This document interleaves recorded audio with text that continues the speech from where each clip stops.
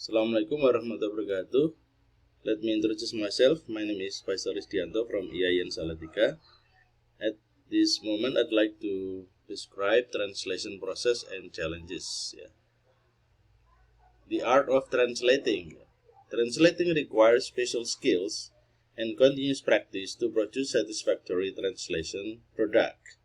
People who speak two languages proficiently may not find translating an easy job.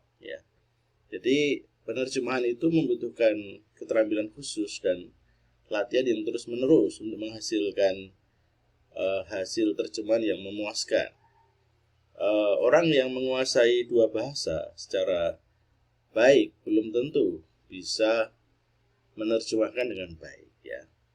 They may not find translating an easy job, karena ada faktor-faktor yang lain, misalnya teknik penerjemahan, strategi penerjemahan, pemahaman sosiokultural, konteks, To understand why this may happen, we need to know the translation process and the challenges that may appear at each stage. The following figures illustrate NIDA's model of translation process, Ada Nida dan Larson. Nah, yang pertama Nida, the first is source language, the text, and then analysis, and then transfer, and then restructuring, so that the result of translation be able to be readable, acceptable by receptors language, Nah, ini yang paling lama, model penerjemahan yang lama itu seperti ini, kemudian dilengkapi oleh Larson 1984, from source language text to be translated, discover the meaning, and then after got the meaning, and then re-express the meaning, Re-express ini sama dengan restructuring, Restructuring itu lebih ke aspek tata bahasanya, Nah, ini semantiknya, re-express the meaning, And then there are layers of interpretation. The first layer, structure, morphology, and syntax of the lingual units. And then the second layer, the meaning or semantic aspect of the lingual units. Jadi lapis pertama adalah strukturnya, fonetik, morfologi, sintak dari unit bahasa, unit linguistik. Kemudian lapis keduanya adalah aspek semantik. Third layer, the pragmatic, socio-cultural, and the context of the lingual units. Pragmatic is the study of the speaker's meaning. And then the last, the fourth layer, the function of the text, systemic, functional, linguistic. Nah, selain dari konteks, itu ada tujuan-tujuan sebuah utterance atau sebuah kalimat itu dibuat. I will provide the use of Google Translate. Sometimes they make literal translation, and I will contradict it with dynamic translation. Nah, saya dapat dari internet, dari contoh abstrak di internet.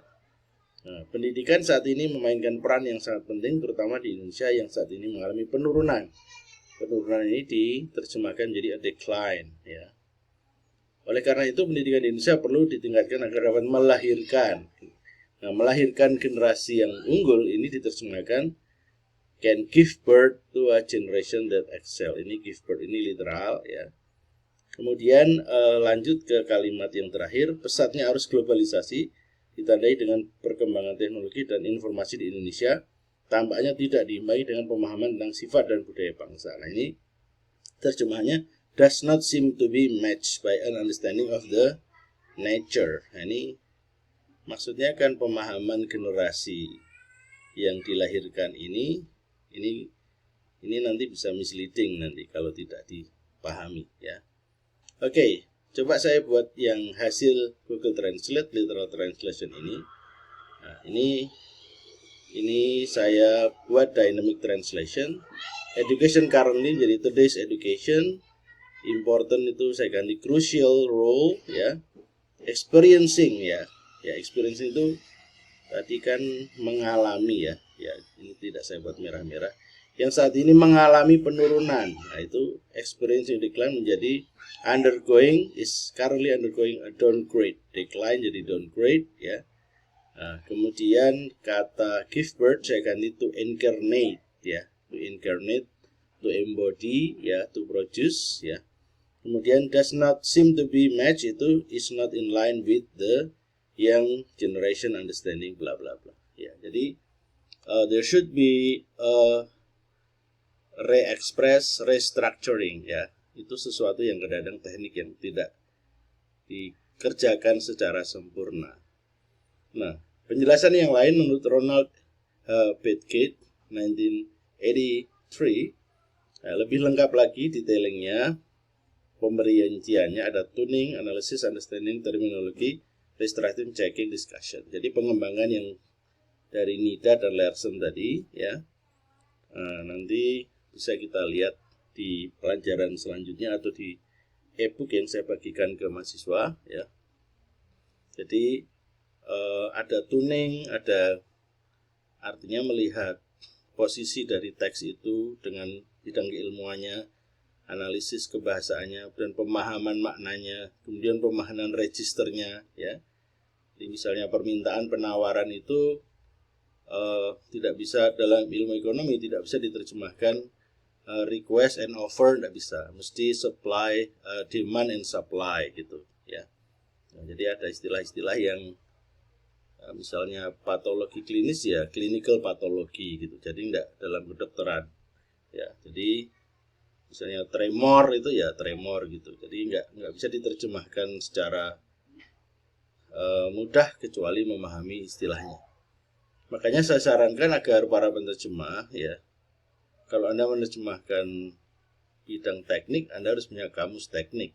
Kalau Anda menerjemahkan ilmu ekonomi harus punya kamusnya ya. Jadi setiap bidang ilmu ada kamusnya sendiri-sendiri, bukan hanya kamus yang umum ya. Nah, kemudian di restructure dan dicek lagi keabsahannya dan ada pemaparannya ya. Ini sangat bagus tulisan Ronald Bedgate ini ya. Nah, menurut Bapak Margono in his Essential of Theory and Practice of Translation ada 3 proses ya. Jadi analyzing grammatical relationship between constituent parts, jadi analisis hubungan gramatikal di antara bagian-bagian kalimat. Kemudian identify the meaning of the semantic unit, jadi makna semantiknya itu dipahami. Kemudian finding the connotative meaning of the grammatical structure and semantic units ya. Jadi makna itu ada denotatif, konotatif. Misalnya my cat kick the bucket itu tidak bisa diartikan kata per kata, itu maknanya adalah pass away ya. Jadi it is a piece of cake, itu artinya mudah, it is easy. Jadi ada kaitannya dengan budaya ya, budaya-budaya makna konotatif ya, terutama peribahasa misalnya, itu perlu. Kemudian ilmu-ilmu yang tertentu ya. Nah, kemudian translation process start with analyzing the source language text. Di translation itu dimulai dari analisis bahasa sumber. At this stage, our linguistic capability to correctly interpret and understand the source language text is highly needed. Ya. Di tahapan ini, pemahaman linguistik kita untuk memahami dan menerjemahkan secara tepat itu penting. Ya. Our knowledge about the subject matter will support our work at this stage. Ya. Pengetahuan kita tentang subject matter itu penting. Ya.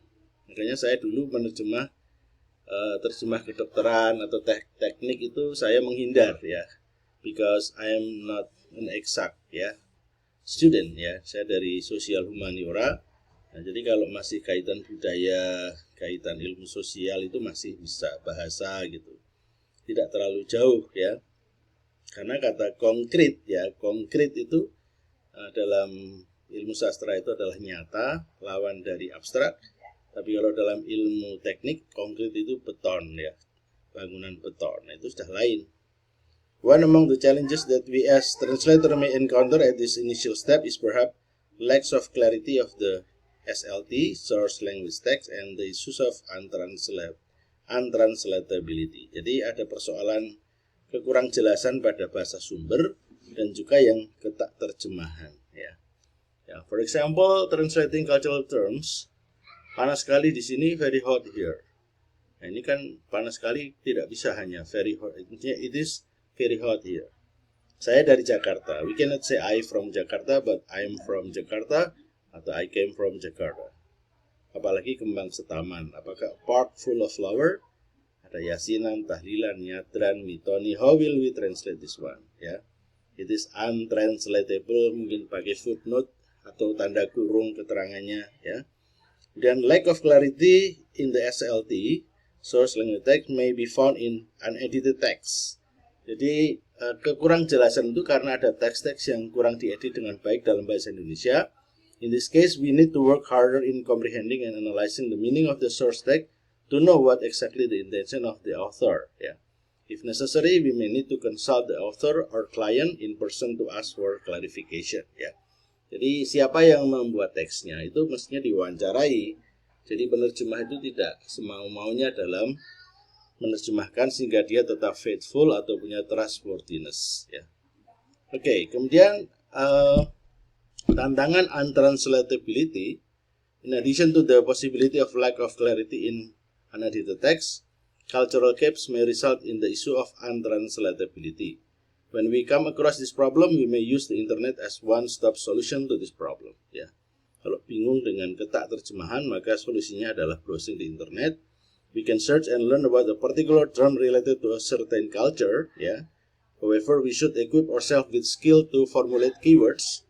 Otherwise, we may not find the information that we seek. Ya, jadi misalnya kata village, ya, village itu kadang-kadang terjemahnya kampung, ya, sarung, ya, sarung itu jadi bambu. Nah, dan ini ada hal-hal yang seperti itu yang tetap dipertahankan karena itu ada aspek budayanya. Karena village dan kampung mungkin village di luar negeri dan village di dalam negeri berbeda. In addition to being skillful in making keyword, we should also be selective in determining which sources of information we trust. Ya. Oke. The second stage in translation process, tahapan yang kedua adalah transferring message itu, ya. Ini masih pakai teori Nida dan Larson tadi. Kita harus dalam transfer bisa menggunakan kamus thesaurus.com untuk mencari sinonim and any other relevant supporting materials or sources.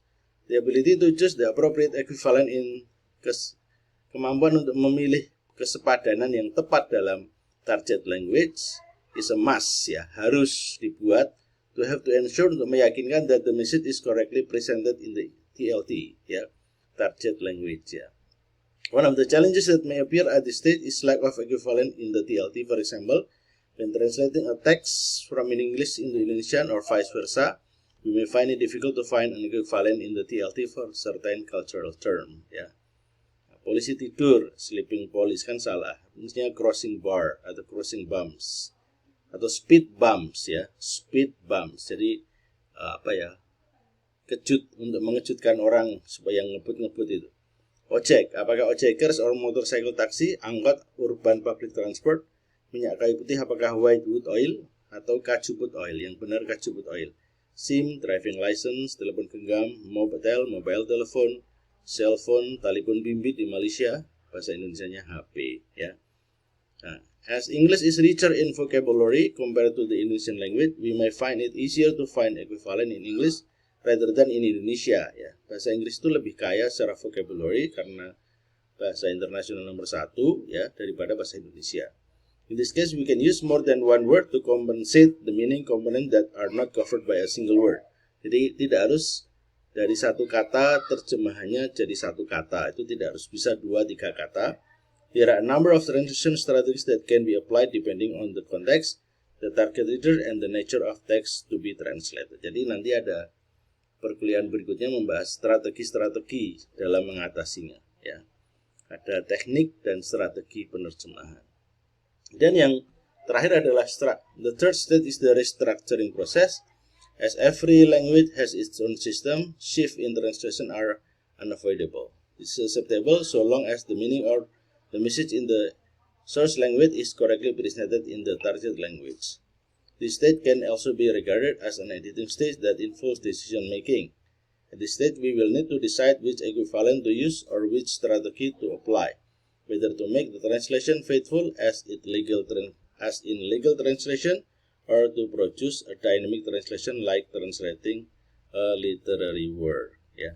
Jadi beda, ya, menerjemahkan terjemahan istilah hukum dan memang berbeda ya. In translating literary works, there are many ways of improving and free dynamic translation ya. Jadi tidak fatal karena setiap karya yang dirilis ke masyarakat itu adalah hak daripada pembaca. Jadi it is multi interpretation. Sedangkan legal translation itu kaitannya hukum, itu kalimatnya sangat khusus ya. Tidak boleh ada misinterpretasi sehingga ada single interpretation. It is different with if we compare to the translating literary works. Kemudian apart from being required to be linguistically capable in understanding the source language, we must also be able to express ourselves in the target language. We have to be aware of the pragmatic context and minimize the occurrence of grammatical mistake in the TLT, target language. For instance, in translating a text from Indonesian into English, we must understand the correct use of tenses, articles, preposition, phrasal verbs, etc. Ya.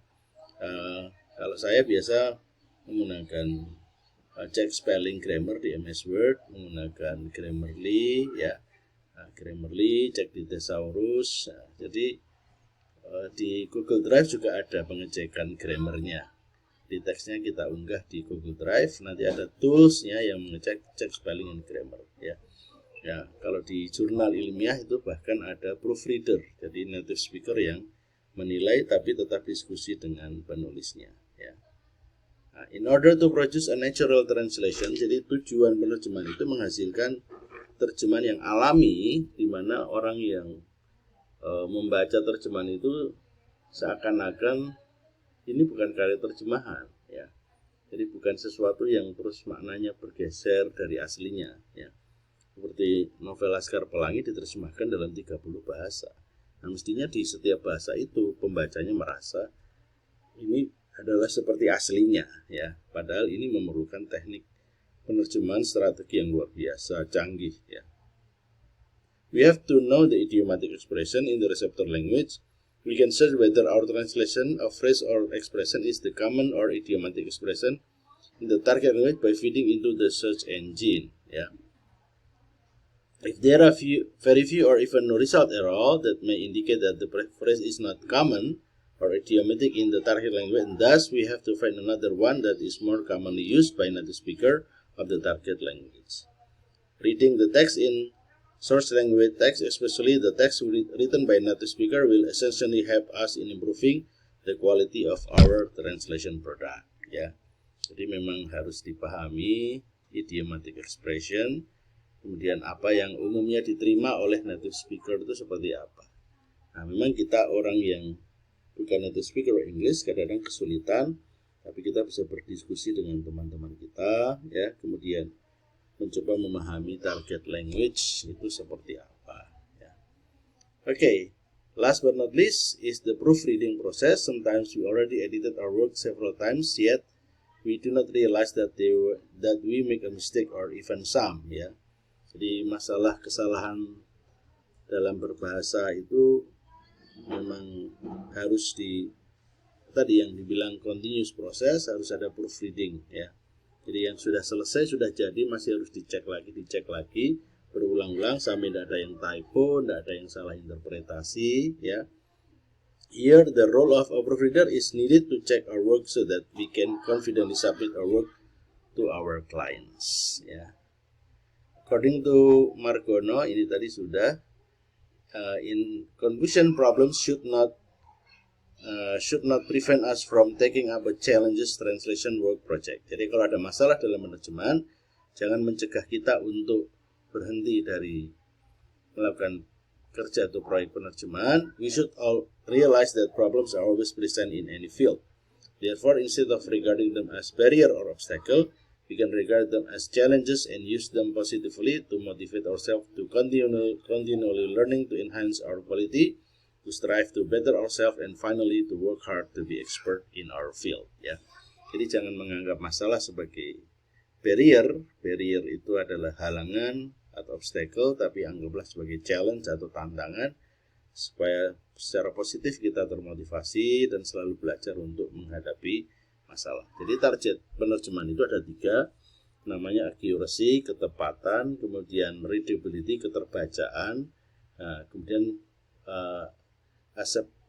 acceptability atau keberterimaan. Jadi hasil tulisan itu harus akurat, ya, harus bisa diterima, ya, ada berterima dan mudah dibaca. Jadi yang jadi persoalan kalau kita membaca buku-buku terjemahan di Indonesia itu tingkat readabilitasnya itu rendah, ya, sedang dan rendah. Yang tinggi itu jarang, kecuali oleh penerjemah yang profesional, ya. Jadi misalnya kita membaca buku terjemah itu kadang disuruh membaca karya aslinya karena terjemahnya kadang misleading, ya, misleading sedikit atau banyak lah, ini jadi masalah, ya. Ini sumber-sumbernya translationpapersbali.com, translation process challenges, kemudian English Decode, Blogspot, The Process of Translation, Susan Basnet, Translation Studies 2002, ya. Silahkan di browsing di internet, kemudian bisa dipahami dan kita diskusikan lagi. Oke, thanks for your attention. Good luck. Wassalamualaikum